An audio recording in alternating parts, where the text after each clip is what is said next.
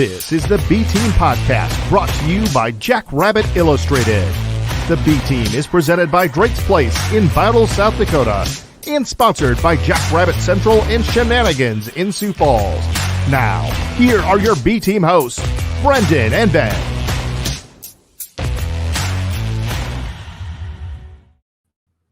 Hey, everyone. How professional is that, huh? Big Hobo-Week edition to the podcast. We got a real intro, not just for the audio version. We got it on the live version now. As always, I'm Brendan. As always, joined by Ben. We're a day late and $1 short, and that's my fault. Work's been nuts. Glad you can see my glorious background here. Now it's a lot bigger this way. But Ben, how was your weekend? And we're also joined by Chad. He's our producer guy now from the Takedown podcast. If you're paying attention to our Twitter and things like that, he's helping us out. He'll be jumping in and out, kind of like Dallas used to. So, anyways, how's your weekend been? It was good. The weekend was good. Got the W. That's all that really matters. But yeah, I finally got my basement set up, so I'm on the big screen now, and yeah, it was nice to watch a Jacks game at home and just kind of relax and take it all in. So, are you watching us on the big screen in the background right now? Just to check up. There's nothing on it right now. But no, I was, it's always good to get a win. You wish that we did it more cleanly, obviously. You look at the final score and it's like, well, why are we not happy with win 41-17? But anybody that watched that game knows how it went and how until, late second quarter, it was not good. And, especially against a team like that we should be beating handily the whole game. Right. And you're right. It's hard to be mad with 41 points. It feels like we're frustrated with the offense all the time. Matt and Kyle talked about that earlier this week. We always feel like the offense has more right after that Colorado State game. And then I looked up the stats. We are the third highest scoring team in the country in points per game at 45.8 points per game, which is absurd. Which is crazy. Us complaining is a bit ridiculous when you look at the results, but you're not wrong. But I am going to chalk some of it up to a little bit of a hangover from the Southern Illinois game, right? I think we had a little bit of that going on. And number two, Western Illinois goes out of their way to screw with us with game times. And I think most people who are watching realize what all goes into it. But Dustin Helton says big three problems. Oh, we won 41-17, but it's not good enough. Yeah, right. Yeah, we're kind of whiny about that. But that the first thing is that game start time was weird on purpose because the guys show up 3-4 hours before the game, start warming up. All right, so your normal 2:00 game, if it's at home or somewhere that you're staying in town, then you're getting there at 10 o'clock, maybe 9:30, 9 o'clock if you're a little earlier. And now you do it at noon in Macomb when you're staying 90 miles away in Peoria. So now you got to tack an hour and a half onto that earlier. So now we're going from 9:30 to 7:30. Now you got to get up and get breakfast, and you got to leave in time to get there. Plus you got to eat breakfast, get all your stuff in a row. Now you're getting up at 5, 6 o'clock, whatever their schedule is. That's a huge difference in just your body's what you're used to and what your playing is. And they do that on purpose. I mean, we all remember the snow game where the buses showed up 15 minutes before and they're like, nope, we're playing right now. And that's too bad for you. So I chalk some of it up to that. And the other reality of it is Western's played pretty much everybody close for at least a half. Like Montana beat them, is the only team probably I think who beat them by a worse score than we did. And that was still like a 14-point game at half. So it's not like it was they're not some pushover team. They fight everybody. They're going to be really dangerous next year. No, they're not. They're not terrible. I think it's just more, for me, it's we need to be more efficient in the red zone is the biggest thing. We had some red zone trips that we turned into field goals that if those are touchdowns, then we're sitting, up 10 or 14 or whatever, and we feel a lot better about it. And I think it's especially frustrating after we saw the same thing happening at Southern Illinois, which led to the loss. That, we in that Southern Illinois game, I looked at it, we punted one time, which means that, and we had 3 turnovers, but other than the 3 turnovers and the punt, we scored. And so that tells you that we just were not efficient in the red zone and we settled too many times for field goals, which is what we did early in this game. And so that's something that we got to clean up. You're not going to win championships kicking field goals. This isn't the NFL. You got to score touchdowns. So yeah, we got to be more efficient in the red zone. Yeah, and Jim Poppin says high expectations, and we know that if we put 4 quarters together, we know how well this team can perform, and that's true. My biggest frustration isn't necessarily the red zone, although it's part of it. Is the sorry, my dogs went nuts by me. Is third down efficiency on offense and defense. We were really efficient and really good at that for the beginning part of the year, and then now the Southern Illinois and Western Illinois games, we've been really bad at it. I know the defense is really banged up, but when you get them in 3rd and 10 plus, you can't let them convert that. Like that cannot get converted with any regularity. It should be a rarity, and you shouldn't be sitting there going, "Oh, I hope we get them off the field here." That's a problem that needs to be solved. And offensively too. At the start of the game, and I think at the end of the game, our third down statistics are terrible.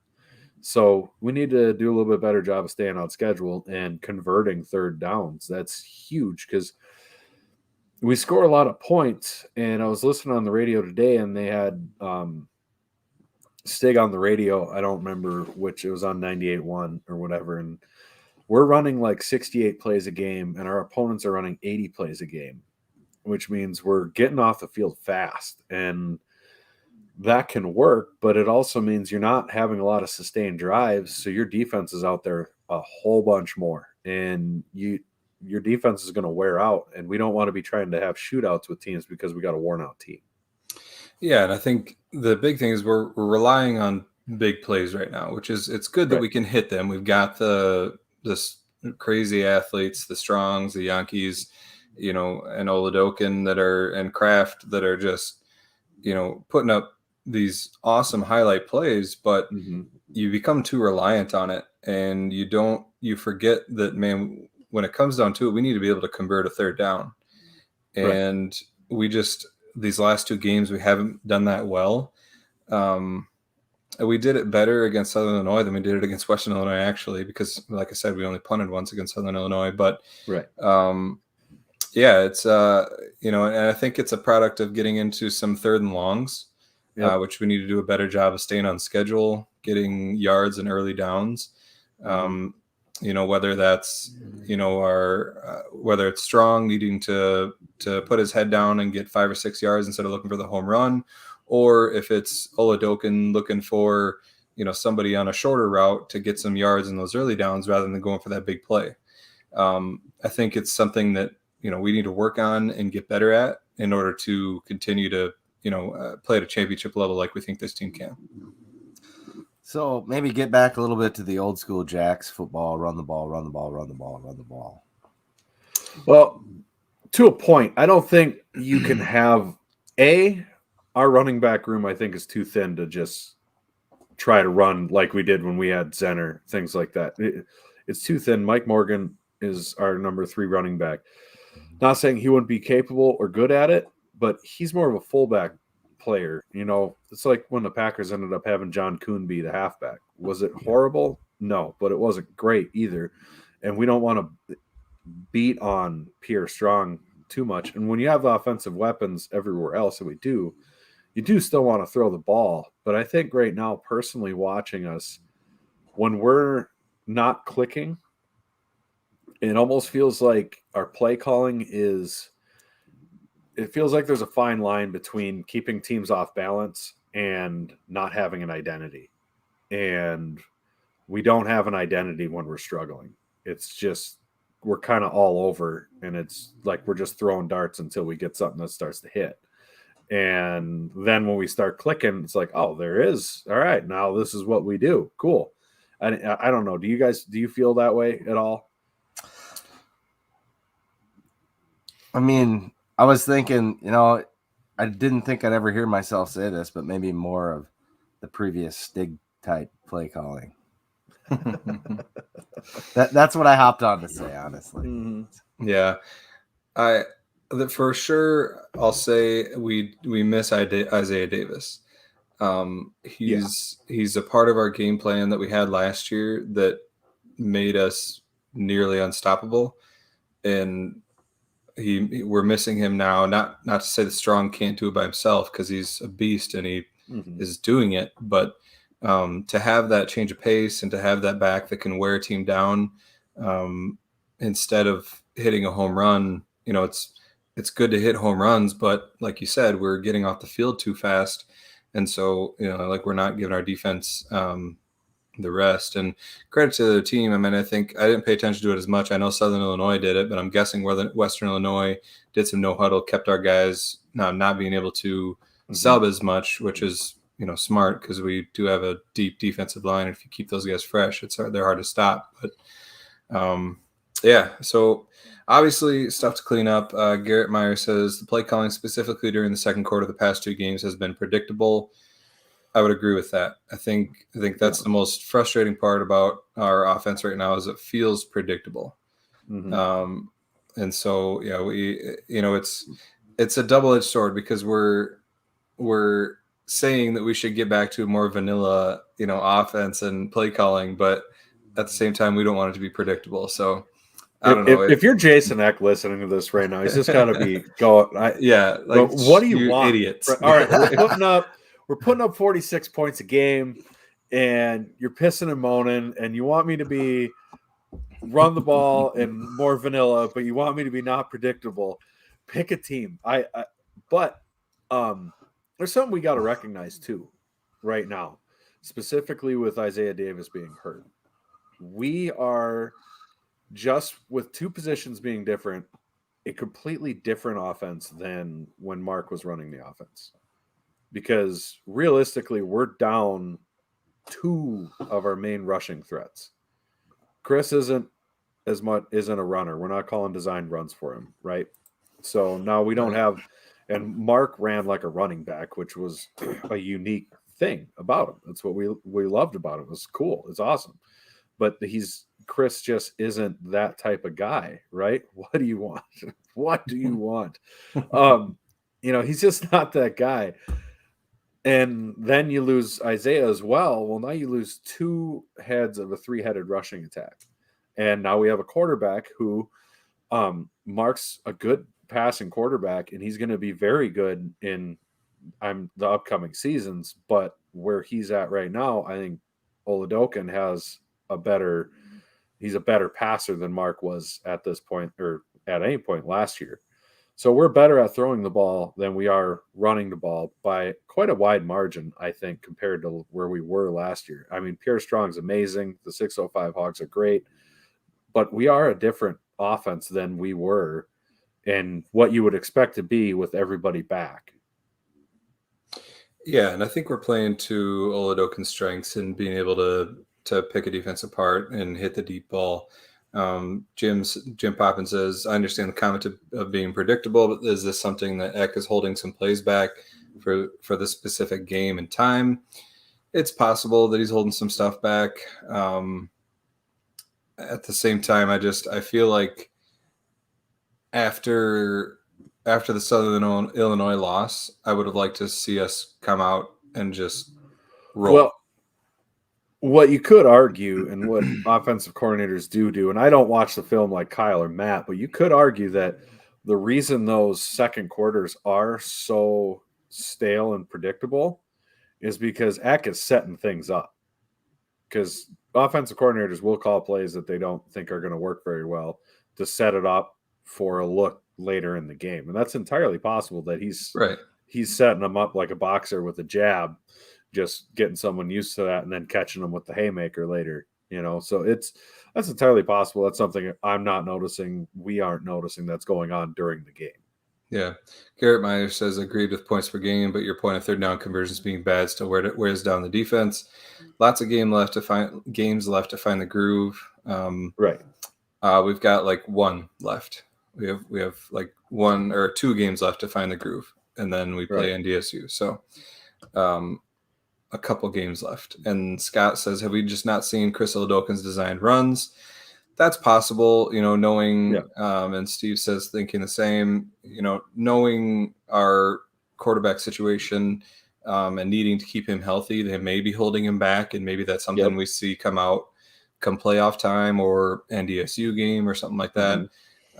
It's very possible because he's shown flashes of it. He's got the ability. He's certainly athletic enough to. Mm-hmm. James E. Lark says they should run the ball more, also get the tight ends more targets. We target the tight ends a lot. We do that, yeah. Well over 50% of Chris's passing touchdowns are to tight ends, which is that's not a very common thing anywhere. But at the same time, I don't disagree that they shouldn't get more touches. I don't know. I mean, it felt like the Southern Illinois game. It was the tight ends that were making all the catches, and we didn't see much of Jaden or Jackson or a lot of Canyon or anything. By the way, Canyon Bauer is really coming on nice.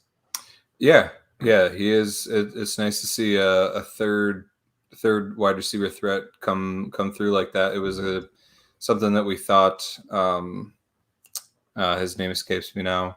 Wolf. We thought Wolf would be that third threat that we would have, and we've kind of missed it. But yeah, it's huge to have more weapons because it's more people that other teams have to account for. But let's put this game behind us. Any last thoughts on this game? Not necessarily on this game, just on our offense as a whole, because that's what we're talking about mostly. I think offensively, this team isn't quite getting because everybody, when they talk about SDSU, it's how balanced this team is, how balanced this team is, how balanced this team is. I don't think how dangerous this offense really is necessarily talked about, because like I saw it pop up on Twitter the other day. Somebody, a Jacks fan was talking about Southeastern Louisiana and the fact they're close to us, we'd wipe the floor with them. And while I don't necessarily agree with that statement, the people coming in, well, you're going to be able to stop their offense. Well, have you seen our offense against arguably better defenses and a stronger strength of schedule? We're putting up 5 points. We're the only team close to them besides Eastern Washington scoring more points a game than them. And this offense seems to get almost pushed aside as an afterthought nationally, just as this balanced team. They're just a balanced team. And I don't think we are balanced, but I don't necessarily think sometimes even us, as we just sat here and complained for the last 20 minutes about how the offense has been producing, really recognize how special this offense is. When's the last time we've had an offense that's averaged over 40 points a game over a 6-game span? Probably. And we're a touchdown Maybe over never. 40 points a game. This isn't like, it's 40 and a half. This is 45.8, basically 46 points per game. 16 would have to be closest, right? I think 16 is the closest, and if I remember right, we averaged like 32 or 34. I think you're right. The only real criticism I have is I wish we'd run some different formations for when we run and when we throw the ball. Like you were saying earlier in our chat, here I was sitting next to you at the SIU game, and every time you could call the play, is it going to be a pass or a run? Right. I'd like to just mix that up a little better. And that's frustrating. And I think what caused us to be so angsty about it is just we know how potent this offense is. So when you see it struggle for a drive or 2 or 3 drives, which we forget is what happens to most teams, you don't score every drive, but it frustrates you because you know how good they are and how many weapons and how much talent's on the field. So it is frustrating, but we do got to remember they give scholarships to the other team's defensive guys too. Right. That's a thing. And these defensive coordinators are throwing everything they can think of at this offensive line. I mean, there's plenty of times where they just decide, fine, we're just going to blitz everybody all the time. We're just going to blitz, and pray to God we can get to Oladokin before he gets the ball out, or pray to God we get Strong down at the line of scrimmage and he doesn't house it on us because we don't know what else to do. Yeah. So, yes, we've complained way too much, and we're happy that they're scoring so many points. We just want you to do it differently. Yeah. Score that many points in ways we find acceptable. Right. Same thing, only different. Yeah, spread it out. How about 14 points a quarter? Same. 48 but points different, total. But same. Garrett Meyer says you're right about X setting up for UNI and DSU games. Yeah, I mean, maybe we'll see some new stuff for these upcoming games. We'll see. But either way, I mean, it's good to have high expectations. It would. Well, we have national championship expectations, right? And that's part of what I mean. If we were shooting for making the playoffs or getting a seed, then I think we're probably pretty happy and things like that. But the expectations are a top 4 minimum seed and a national championship run. I think is especially after the spring with bringing everybody back from a team that just did it. I think that's where the expectations are. I do have concerns with the amount of injuries we've racked up on defense. I know I haven't heard any specifics or anything like that, so don't grill me about it on the comments. I know Zimmer in his podcast said there's going to be a healthy amount of starters out. And Stig was talking about how he can't remember. Listen here, Dustin. Dustin Melton says, check out the Wine Team podcast, part of the FCS Fans Nation Network. We did forget to mention that we are live on the FCS Fans Nation podcasting network, but now I forgot what I was going to say. So whatever, on to you, Ben. I don't know what I was saying. We got injury problems. Injury problems, yes. And we have harped on the offense too much. I'll harp on the defense once. I don't like how we've looked in coverage. We've got some coverage issues that we need to fix. And that could be due to some injuries and getting some new guys in and developed. So hopefully we see that cleaned up going forward. But all right, enough complaining. We'll move on, and Brendan will stop creaking his chair. I don't know what you're talking about. It's a metronomic type of podcast. Rhythm keeper is what that is. That is almost as bad as when he used to pound the table and makes everybody's eardrums blow out. You know, nothing's ever good enough for you. Nothing. I try and clearly, I try. Clearly, nothing's good enough for you. Yeah. Fine, whatever. You do your thing. I'm gonna drink a beer and see how it goes. All right, we're gonna move on. We're gonna quickly recap the games from last week. We picked one out of conference game, which was the Montana State and Weber State game, which was it Friday night? I think I saw it. Yeah. I watched the end of it, and that was ugly, man. Yeah. The offense. Not the Big Sky football you're used to. We complained about our offense. Holy buckets, that was gross. They were Montana State was basically kicking the ball on third down, being like, well, our offense can't do much, but we know your offense can't do anything, so you can have the ball back. It was the epitome of people talking about Kirk Ferentz and punting their way to victory. Yes, exactly. So big game for the punters, for the brand. But yeah, Montana State won that game 13-7. They covered the spread. Indiana State got whooped by Missouri State. Missouri State's offense is humming. They're playing well. They won 37-7. You picked that one right. I did not. That's the only one we picked different, and I messed up. NDSU beat Illinois State 20-0. Did not cover their spread. They're obviously they're really excited about their defense, but their offense leaves something to be desired. And we'll see, is their defense that good, or have they just not played good offenses yet? we'll see. I think we'll talk about their upcoming game this week. UND lost to Southern Illinois, but they covered the spread. They had a chance to tie it at the end of that game, which Southern Illinois is weird like that. They're just squeaking by. Yeah, they have leads. Squeaking by everything. They let them go, and then they squeak by, or they're way behind. I mean, they were down 20-0 against us, and they came back, and forced us to overtime. And it was an ugly one there. Especially ugly was the kick. Is that your dog or is that you? I think that's the dog, isn't it? That's my dog. I'm sorry. I think that's going to catch him up in the playoffs, SIU. But yeah, it probably will.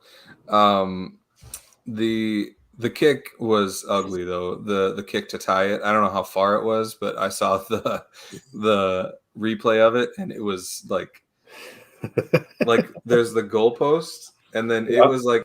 If there was another goalpost beside the goalpost, I still don't think he would have made it. It was that far right. It was really bad. So maybe you should try out for the Vikings. Yeah, that's exactly right. So UND lost but covered. UNI, that was a surprising one. UNI was favored by 9.5. They ended up losing to USD 34-21. That one, yeah. That was the biggest surprise of the week. And at UNI's place too. At UNI is the surprising most. I was going to say surprising is most surprising. Yeah, part of that. I wasn't able to watch it. I randomly had it on the radio. They're on 95.7 FM, which is one of the top 40 stations or whatever. So it was on my radio, and UNI had a bunch of turnovers early in that game, and I think it kind of got away from them early. But clearly, USD, is potentially a team to be reckoned with in the Valley this year. So it'll be interesting to see. I don't like seeing that from UNI coming into our game. Little bit of a motivation factor there for them coming off of a rough game. That's exactly what I was going to say. Yeah, that bodes well for us, right? Yeah, they got their backs against the wall, which is exactly when you don't want to play UNI. The last game was obviously ours, and again, remember we talked about how we should pick Western Illinois to cover because then we'll win by a lot, and SDSU covered by half a point. Gumbo, we pulled it off. So you can throw Jim's comment back up there about the Jim commented turnovers by UNI and short field for the Mangy Mutts led to the USD win. Yeah, I think, like I said, I think some turnovers got away from him there. Dustin says UNI has no offense and QBs that don't want to stay there. Yeah. Well, yeah. Kudos, sir, for the comment. UNI, right? What'd you say, Brendan? We can get into that. I mean, we're playing UNI. UNI. Did you see that whole thing with Will McIlvain's brother on Twitter? I did not see it. No. Oh yeah, he threw a fit. Tell us about it.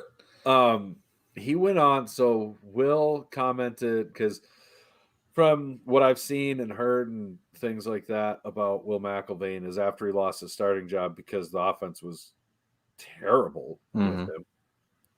He was like sulking on the other end of he wouldn't be by his teammates on the sidelines. He'd go sulk on the other end of the field. And then I guess there was issues with him being on time to meetings, yada, yada, yada, and eventually decided to transfer, right? Well, his brother comes on Twitter and some people made comments or whatever under his thing about transferring. And his brother came in off the top rope talking about how terrible the UNI coaching staff were, and they have terrible receivers, and they ran a different offense for the new guy over McIlvain, and that's why he wasn't in. And now he's transferring, and it's a garbage program. And like, he went on a whole thing. And then his brother must have saw it and been like, hey, I'm in the transfer portal, and I want people to want me to be on their team. Right. So it all got deleted. Never a good look. And like, he deleted so hard he like deleted his account and ended up reactivating it. But yeah, that was something. Gee.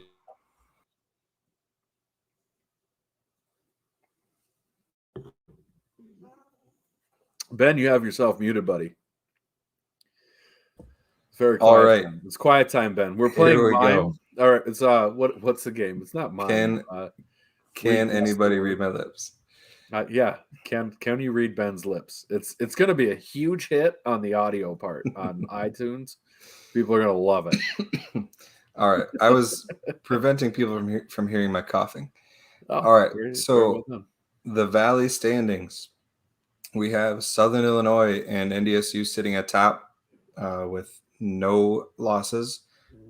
Brendan, you take it from here. Then we have Missouri State coming in at third. I'm not sure how they have these ordered after that. Well, Missouri State's over South Dakota for having the head-to-head win. We're behind USD and Missouri State because we only have played 3 conference games. Then we have Northern Iowa at 1-2 after us in 6th place. Then Youngstown State at 1-2, Indiana State at 1-3, Western Illinois at 1-3, Illinois State at 0-3, and North Dakota at 0-3. And I believe this podcast, at least this podcaster, I'm pretty sure you were on board with me though, called UND circling the toilet and dropping out of the top 25 as the big one to fall behind. And boy, have we nailed that one right on the noggin. I get a kick out of UND fans who are going, yeah, well, we played NDSU close, and all of our games were close, and they were against ranked teams. And it's like, well, welcome to the Thunderdome. That's what this whole thing is, man. You play in the Valley. It's not about having close games. It's about winning those close games. And if you don't win those close games, then you end up not making the playoffs. And UND is probably not going to make it now. They're at 2-4. They'd have to win out. They have to play us. I think they have to play Northern Iowa as well and a couple other ranked teams. So they're in some serious trouble. Playoff picture-wise, Missouri State's in good position. And USD, I mean, they're sitting at 5-2, and I think we probably have to finally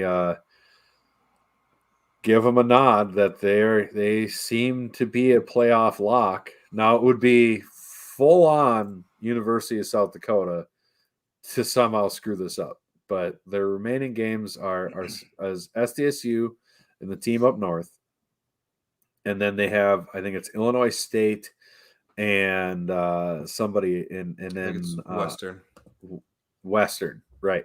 And so all they need is 2 more wins to make it. So if they beat Western and Illinois State, who are both not great, but I could see Western taking them, they should get into the playoffs, which is a shame. Yeah, I mean that I was just looking at tickets for the game down in Vermilion, thinking about going to it, and that's setting up the 2 games they have between now and then is Western Illinois and Youngstown State and a bye. Western Illinois, Illinois State and a bye. So they're going to be sitting pretty heading into that game against us. I mean, that's going to be huge for them. It's obviously a big game being the rivalry, but it's going to be some big time playoff implications and potentially seed implications for both teams. If anybody else is thinking about going down to that game, go get tickets. There are plenty available. I think the visitor section is section H I was looking at. So go buy those up. Let's all meet down in Vermilion and have a party. Well, I mean, their fan can only buy so many tickets by himself. Yeah, it's tough. I mean, we might as well take some of them off their hands and turn their wastewater treatment plant into our wastewater treatment plant. Yeah, they must have, for how many tickets are available, they must have like severely increased the capacity. What is it, like 20,000 now? Well, no, it's not. Yeah. It's not that big. Okay. Well, I don't know. They are $40 a piece. Oh my God, not $40. I think what happened is they admitted that the dome had never been to 10,000, and they were going to reduce capacity. So current capacity is 25,000. Mm-hmm. I think that's how USD math works, if I remember right. So yeah, a 10,000 10,000 capacity, and you still, I mean, there were quite a few tickets available. So that's kind of sad. But anyway, enough about them. Let's go ahead and throw up the top 25. So we've got Eastern Washington, followed by NDSU and Sam Houston, and then Southern Illinois all the way up to number 4 now after their big win against us. And then we got Villanova and then South Dakota State at 6. JMU, Montana, Southeastern Louisiana, UC Davis to finish out the top 10. And then Valley teams, we've got USD sitting at number 12, which they've risen a lot these last 2 weeks. They rose quite a bit after that win against UNI. Because they weren't even ranked. I think 2 weeks ago they weren't even ranked. So going up to number 12 is pretty impressive. They're going to be sliding into the top 10 here shortly with their next 2 games. That assuming they take care of business in their next 2 games. Missouri State's down to 18. Northern Iowa's down to 20, and that's it for Valley teams. So we've got 5 in the top 20, which happens when we get into Valley play. You see some attrition, and you see some teams kind of beating each other up. So we're hanging in there at number 6 on this poll anyway, on the FCS Fans Nation admin top 25. So that's where we're at. Let's go ahead and roll into this week's picks. Which, I did want to say that Brendan did go 4-2. I went 3-3. So Brendan beat me last week, and I was kind of upset about it. But I went and looked at the overall standings, and I'm still up by a pick. 1 pick. You hear that? You hear that sound behind you? Yeah, that's footsteps. I'm coming for you, baby. So I'm 26-29 overall. Brendan is 25-30 overall. So we will see how that ends up. But for this week, we've got 1 matchup outside of Missouri Valley slate. We're going to be looking at number 22 Rhode Island goes to number 5 Villanova, and Villanova is a 13-point favorite in that one. 13 points. That's a lot of points. That is a lot of points. I think Rhode Island lost. Kind of a unique thing happened for Rhode Island. They got to fly on the New England Patriots team plane. That was cool. Game. And so I'm wondering if some of that contributed to them losing to Towson. That might get you a little starry-eyed, especially when you're kind of a perennial bottom feeder like Rhode Island's been since Rhode Island's been Rhode Island. Yeah, they lost 28-7 too. That wasn't a close game.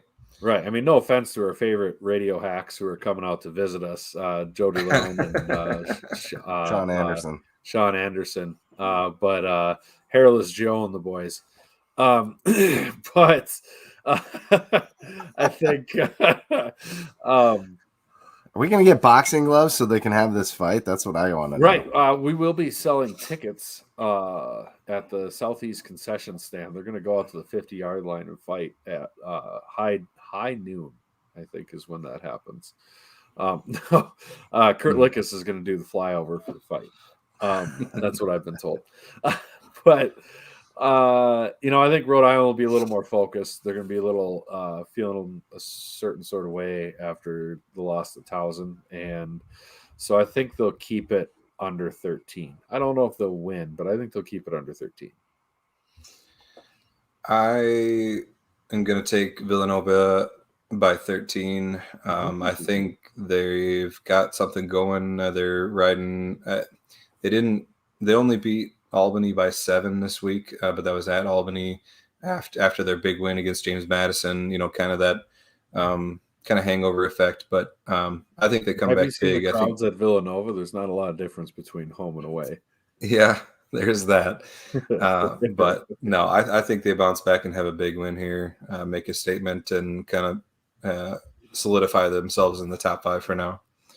Cool. This is the game that'll tie me with you. That's awesome. There you go. All right. So then into Valley play, we've got Western Illinois goes to UND. UND is a 10.5-point favorite in that one. And I'll go ahead and pick this one first. I'll take Western Illinois all day. I think this is a fairly easy pick in my book. 10.5 points is a lot.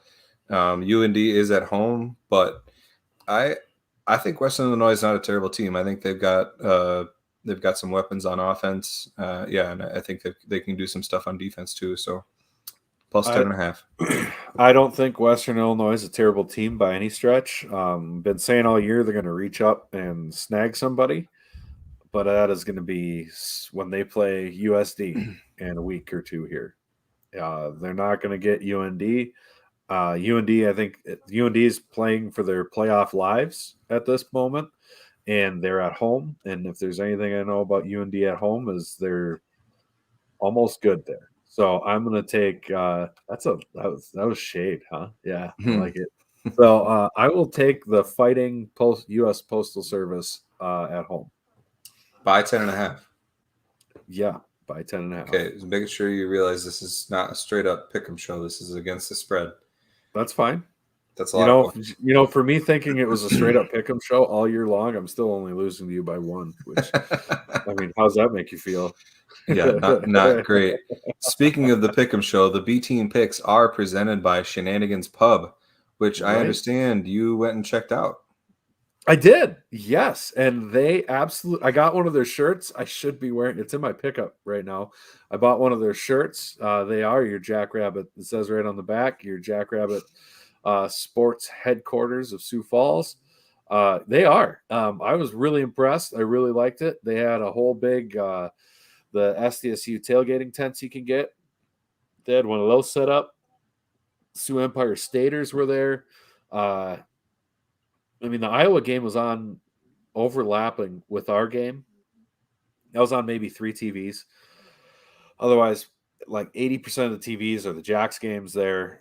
Go on down. They got great drinks, great beer, good food down there. We only had time for a quick beer because I ran over there after Tay's soccer game, but no, it was awesome. And it's almost entirely Jackrabbits fans there, which is fun to be in a bar fully taken over by Jackrabbits fans. There's only one thing up there of the school down south. So, and I think that's a contractual thing by Bud Light. So I blame Bud Light for that and not Shenanigans. I think they, I think they'd probably frown on me lighting on fire. I did ask the waitress and she said no.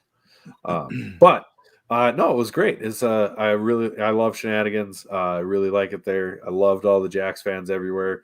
I'm still in that phase of coming back from the frozen wastelands and coming down here. I still get excited when I see people in Jackrabbits gear. So that's happening way more frequently because I see it everywhere in Sioux Falls. So walking into a bar that's just all Jackrabbit stuff was awesome. Loved it. Definitely will be going back for the next away game. Good deal. Yeah, it's definitely a spot to watch away games, and obviously we'd prefer you come up to Brookings to watch it in person, but if you can't, it's a great place to go watch home games as well. All right, so we've got Youngstown State going to Indiana State. These teams are looking like they have no chance of making the playoffs. Youngstown State's favored by 7.5. Really? Yeah, at Indiana State. I will take the trees. Yeah, me too. I don't think that needs an explanation. Does that need an explanation? I don't think so. I mean, the only thing is that Youngstown State did beat Missouri State, who was playing well at the time. So they have that under their belt. Classic trap game. They're going to be looking forward to us after a big win over Missouri State. Give me the trees. It's very possible. So the next game we got is Missouri State going to NDSU. This is a big game. It's a huge game. NDSU is favored by 11.5. I can't believe they're only favored by 11.5. That's a surprise. Oh. Well, I don't know who I want to pick now. See, Ben sends me all these picks ahead of time. And then what I do is he does all this work to put together a spreadsheet with all the picks and the lines and things like that. And then I go and I look at it roughly 60% seconds. before we start the show. So prepared. I am completely unprepared for that line. What do you think? I think I'm going to take Missouri State to cover 11.5, and I'm even tempted to dabble the money line. I think that Missouri State has a good enough offense to score points against NDSU's defense. And I haven't seen enough out of NDSU's offense to think that they can keep up with a team like Missouri State, who, Jim Poppin asked, will NDSU even score 11 points? That's the question. I mean, not 11, but the question is, can they score 30? I mean, they did against what was it, UNI, I think. But I don't know. I think they're in for a fight. It is at home for NDSU, which is big for them. They have obviously a big home field advantage, but I'll take Missouri State in the points. I am going to take NDSU in this one because every time there's a game like this where an Indiana State or Missouri State or one of the normal bottom feeders of the conference is having a good year and is ranked, and you see them coming in, you're thinking, man, I'd love if they could get them for us. It doesn't happen. And if NDSU could put up the score they did against UNI, they could definitely put that score up against Missouri State's defense, because Missouri State defense is not the same caliber of Northern Iowa's. So I'm going to take NDSU at home to, unfortunately, I would love to be wrong here. I will gladly only gain 2 games on you this week if I am wrong and Missouri State wins this game. I just don't have confidence in the Bears to be to that level to beat them in Fargo yet. Yeah, I get the UNI point, but I think we have to question UNI's defense a little bit. Even, I mean, they gave up 34 back-to-back weeks against NDSU and USD, who are good teams, but is this the UNI defense of old that we're used to, being just stout and able to stop teams? I don't know. We'll see. But I think this could be a higher scoring game than normal. I'd have to go back and look at what the total is, but I'd be tempted to go the over in this one just because I think Missouri State's going to score enough and NDSU is going to have to try and keep up. See, I have a hard time. NDSU, I don't think their defense is 7 points a game good, but I do think their defense is good. And yeah. I don't see them giving up 21 to 24 points. I just don't. I maybe 17. Maybe, and I can see NDSU scoring 28 to 30 in this game because they'll do the same win the field position battle and end up wearing them down in the second half. Yeah. Well, either way, that's a real interesting matchup and a big one in terms of playoff implications. We've got Illinois State going to USD. USD is favored by 18 at home. Ooh. They're definitely feeling themselves, and that's a big line for USD. That's a huge line. However, Illinois State also sucks. So Illinois State is in full dumpster fire mode. Yep. On the flip side, Illinois State is completely inept on the offensive side of the ball. So I'll take the Mutts. I picked against them all year, and it's burned me all year, so I will take the Trailer Park Hounds, and I like that. I'm going to call them that from now on. That's my favorite. I'm going to call them that from now on. That's too many points for me. 18, maybe they win by 14 or 17, but 18 is a lot. So it doesn't feel right, but I'm going to take Illinois State there. And then we come to our game. We've got UNI number 20 coming into our house. We're number 6 in the poll, and we are favored by. What do you think we're favored by? Yeah, you already looked at it. No. You didn't. I don't remember. All right, what do you think? You know what I do? You know what I do is I look at it and I go, okay, Valley games and that game. Cool. Mm-hmm. Okay, anything else we've added into what we're going to do today? Awesome. And then I close it. My gut reaction is my best reaction.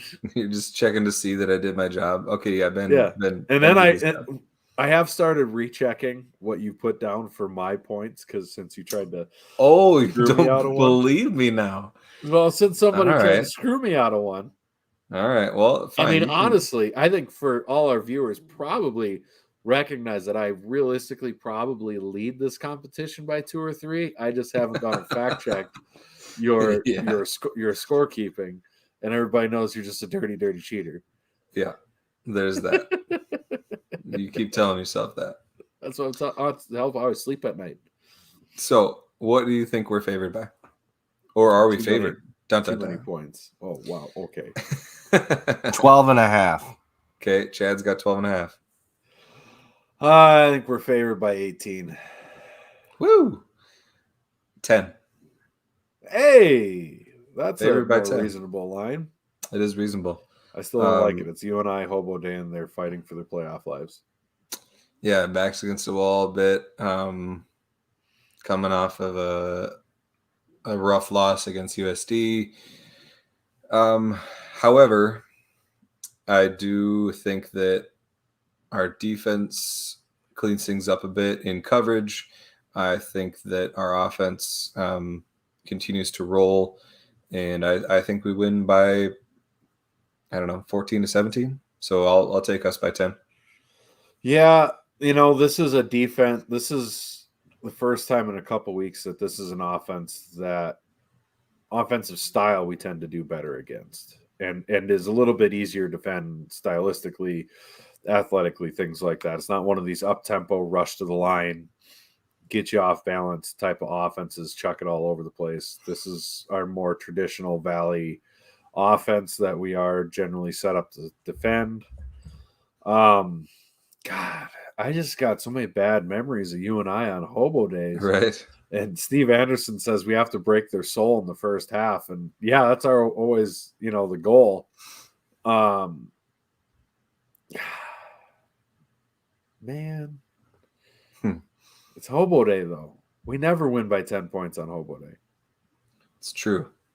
I hate to do it. I'm gonna take the points with UNI. I hate Hobo Day games. I hate them. When's the last time you remember going, God damn, we played good on Hobo Day? All right, man. Hashtag bulletin board material for our team. I mean, hey, they can be mad at me. Be mad at me. Prove me wrong. I sit in the southeast or northeast corner of the end zone. Everybody knows where you split sit. me off. Yeah, everybody probably. They know where you sit too, Chad. Oh, yeah. Yeah. So if you hear voices echoing across when it's dead silent after a bad call, and it's something somehow offensive and creative. Well, if it's straight offensive, it's probably me. If it's no, that's Chad. Chad's offensive. I'm a little more creative about it. Unless it's yelling at the refs. Sometimes I got, Right. a good Rogaine joke in there or something. Right. I wonder if anybody doesn't know that you guys are the people that wear hard hats and coveralls and bang on the bleachers the whole game. Go ahead I and haven't met comment if any. you didn't know. Leave that comment on there if you didn't know we were the ones with the coveralls and hard hats. Yeah, the band of the bibs. That's right. Yeah, what am I through? I think I'm on my 5th or 6th hard hat in 3 years now. Yeah, you go through twice as many as me. They just snap clean. It's bang, bang, flappity, flappity, flap. They're useless when they break in a half. Yeah. How's the railing holding up over there?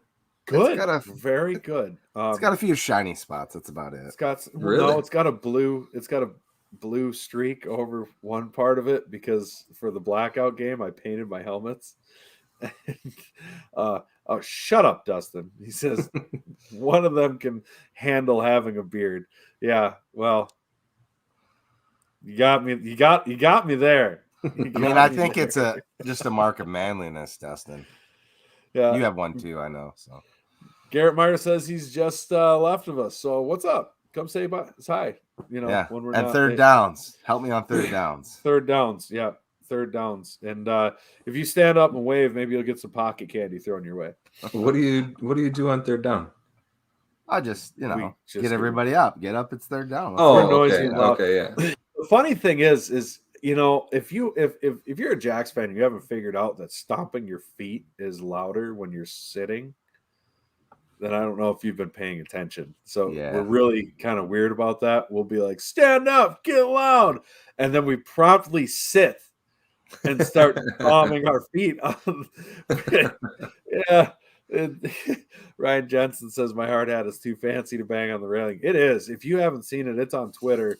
I think I retweeted or Kyle retweeted it. It is it's gorgeous. But use them aluminum bleachers to our advantage, folks, and don't kick the tin siding because it's louder. That would be frowned upon, and we would never do that. We've never specifically been asked not to do that anymore. A little weaker, huh? Is there a weak point there? Well, there's no, it's joints. just tin. It's like the side of a tin building held together by sheet metal screws. And I'm just saying, looking at it wise, anyways, it doesn't look like it would hold up very well to someone kicking it like a donkey to be as loud as possible. And so don't do that. I don't know whose idea that ever was. I don't know whose idea it was either. But drunk me has lots of ideas. But if it's an important play, some sacrifices have to be made. And I'm willing to pay for some more self-tapping screws, damn it. Turn up the volume. Yeah. That's one problem. I love where I sit. I sit in the second level right next to the club section in the first row, but it's concrete. And so you guys are all stomping your feet, and I'm like, yeah, I can't do that. Yeah, so that's I do have a railing in front of me. I need to get something to bang on it. You know what? I'm gonna say this. You know what needs to happen? Everybody bring your damn cowbells. Ooh. Do it. I don't care. You know what? I swear to God, I've heard them on broadcast at other stadiums in the Valley. That is crap. Yeah. If Mississippi State can have their cowbells at the damn stadium with 80,000 people. We should be allowed to have our goddamn cowbells. And it feels a little bit like that was a big deal and they killed it. But I think we need to start slowly bringing it back. And then until it's back and it's too late. It would be awesome to bring it back. And it wouldn't our take school long. Songs ring the bells for Christ's sakes. I know. It honestly wouldn't take long, and it wouldn't take that many people doing it for people to be like, oh, we can do cowbells again. Hell yeah. Like, because I'll guarantee a lot of Jacks fans have a cowbell at home that everybody has an old cowbell used to bring to the game. Yeah. Problem is, some of ours are maybe a little too loud. I'm not saying it's not possible. I'm not saying that Jackrabbit Illustrated, endorses that from a official standpoint. So before Matt listens to this and I get a text message about endorsing illegal activities, I do not endorse, sanction, or am responsible for any repercussions that may or may not be had should someone bring a cowbell. But however, you're all for it. It would be such a shame if people started bringing their cowbells again. We should have that disclaimer before every episode that, like, Brendan's opinions and things he says are in no way affiliated with Jackrabbit Illustrated or anybody else on the Jackrabbit Illustrated team or SDSU as a whole. All ideas are attempted by a professional. Do not attempt at home. Yeah. On that note of being loud and when to be loud, I got a bone to pick here with like some of the game day operations that we had going on, and like I complain in the stands about it, but really bothers me. Can we stop trying to start cheers when we're on offense? Can we do that? Can we stop having cheerleaders try to start cheers? Is that too much? Or not dance on injured players? I mean, that was really, really bad and absolutely humiliating, and then was immediately followed up by misspelling Jacks with the flags in the end zone. So if we could stop that, clean it up. Clean up the. We need championship effort from everyone. I need to bring my A game. That's why we subbed me trying to do the intro out with a professional. So we all got stuff to work on. brought the championship effort with the intro. Dustin Helton asks, will we have hard hats for the hacks when they visit? I mean, we sure could. Yeah. You know what? I think we get them revved up. You know, there's some East Coast boys, and they're like, make sure, you know, we'll bring our beer. And we're like, no, we're gonna. I was like, no, we'll have beer for you. And they're like, no, we'll bring beer. I'm like, no, we will have beer. And he's like, well, Sean drinks a lot. And I'm like, all right, first off, I'm from Wisconsin. Shut up. No, he doesn't. Second off, I was like, dude, I'm bringing at least 230 racks for that game. And Chad usually has a giant cooler of every sort of wonderful beer you can dream of. But plus, I I'm going to can't bring get some liquor for that game. But I And can't get Yingling, so if they want to bring it, I'll drink it. they can bring some Yingling if they wanted. But then I sent him that, and he's like, oh, Jesus, that's a lot of beer. Well, it's like, well, don't come to the Midwest talking about how much you drink, I think is the moral of the story, because you probably don't.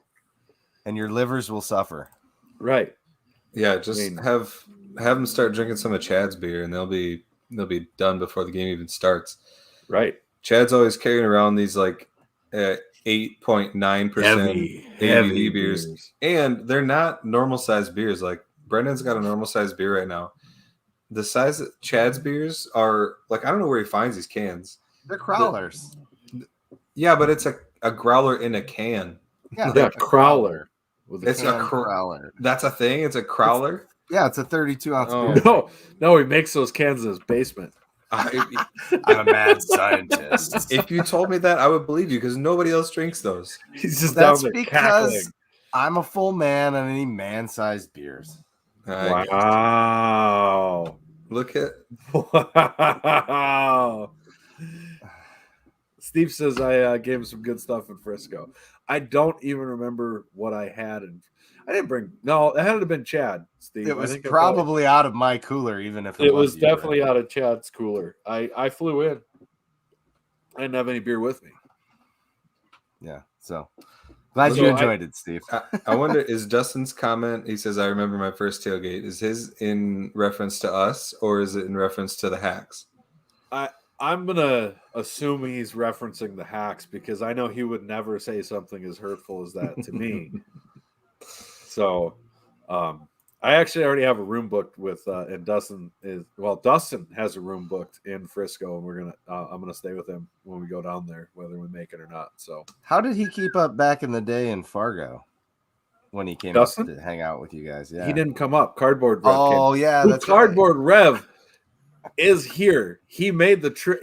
Ariel asked me to throw Cardboard Rev out, and I said absolutely not.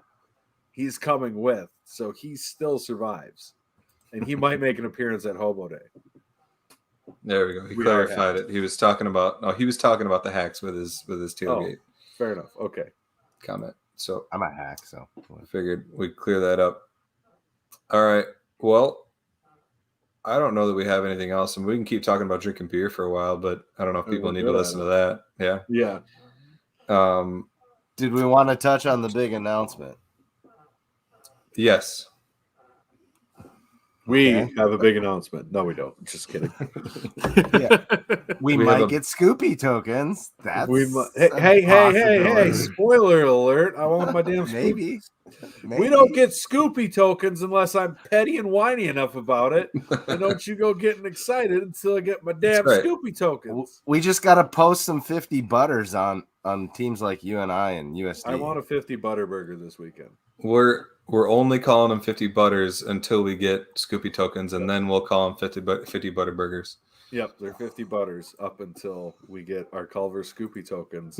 We are holding the 50 butter burger ransom for Scoopy tokens. If that guy, if he's listening right now, that's all we want is just a handful of Scoopy tokens. No, I want 5-gallon pails of Scoopy tokens that I can pour over my head like Scrooge McDuck. That's what I want. Don't be handful. I want buckets so I can bathe in Scoopy tokens. Unlike Ben, I don't even remember my first custard, but his was just the other day. So I still don't know that I've had it. What? God, you're just a bad person. I'm waiting for these Scoopy tokens to show up. That's fair. Hold out for the Scoopy tokens at this point. And then we'll live stream your first custard. Yeah, that sounds good to me. Robert Drake just made he just commented, and we need to bring that up. Tailgating with making 605 hog sliders called 605 piglets. Which I think is, I bet you that's a good preview of the food that Drake's Place makes. I'm Genius. guessing so. Total So we're genius. gonna have to swing by. Where is this? Robert, tell everybody. Right, where is the tailgating, or are you going to have a Drake's Place flag flying? Because at risk of having everybody come eat your food. No, there's only 15 people listening or watching, so it's not going to be a ton. But outside of the fact that this is up here forever and gets like 500 views on Facebook alone, and then has another, there's that. Well, outside of the couple thousand, the all the other people who might eventually listen, just only focus on the 15 right now, Robert. Robert, you need to come on by the Jackrabbit Book Club and give us a little bit of taste. That's right. Well, Yes. he knows where we are. He came by and saw us the first game of the year. Robert says the north side of the tailgating area. Outstanding. Like I assume he's talking about the backyard. Right on. We'll hunt him down. That's a long walk. Oh, he's going to bring him by. What a guy. See, not just a sponsor. He delivers food. That's why you're the title sponsor, Robert. That's how you get your name on the podcast right there. So this bold announcement that SDSU made today. And I believe they're still partying at the Campanile right now. I believe so, yes. Does anybody have some good information on that? They're trying to raise $500 million. Yep. And they already have 40 million raised of it so far. Of the 340 of the 500? Of the 500, yes. I had not heard that. It might have been 350. Yeah, they announced that. So there's only 150 million left to go. We should just ask Matt with all with our advertising funds, should we just make up the difference? With our advertising. I don't know. I was looking forward to retiring and doing podcasting, but you know what? I'm all for donating our $150 million podcast fund. As long as we've got a little Scoopy tokens left over, I'll give the rest of the money away. He could. You know what he can do? He can take that 150 million that he's docking from my pay for us being on Thursday instead of Wednesday, right? And he can polish that off for us. Oh, he said he'll cover it. Chad's just flying through comments here. Sorry, guys. Sorry. Yeah, Matt said just flipping them through like a comic book, like we're gonna we can read. Well, no, I was trying to get speed reading classes, Ben, so we can read these comments. All right, off screen for me, Shane. So Matt said they take IOUs. I would think so.